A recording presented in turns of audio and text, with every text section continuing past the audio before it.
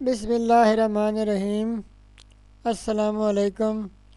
وسیلہ T V کی طرف سے میں ہوں احمد سعید جنجوعہ۔ آج میں ایک نئی ویڈیو لے کر آپ کی خدمت میں حاضر ہوں۔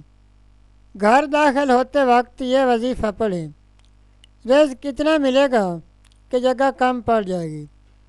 رسول اکرم صلی اللہ علیہ وآلہ وسلم نے فرمایا 7 نسلوں کے لیے کافی ہو جائے گا۔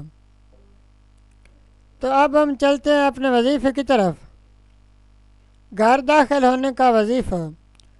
دوستو، آج کا وظیفہ یہ ہے کہ آپ نے گھر داخل ہونے کے بعد اونچی آواز میں سب سے پہلے السلام علیکم کہنا ہے اور اس کے بعد 1 مرتبہ درود پاک پڑھنا ہے اور اس کے بعد 1 مرتبہ سورۃ اخلاص پڑھنی ہے۔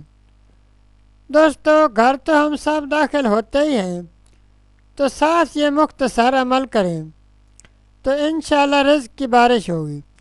دوستو، یہ تھا ہمارا آج کا وظیفہ۔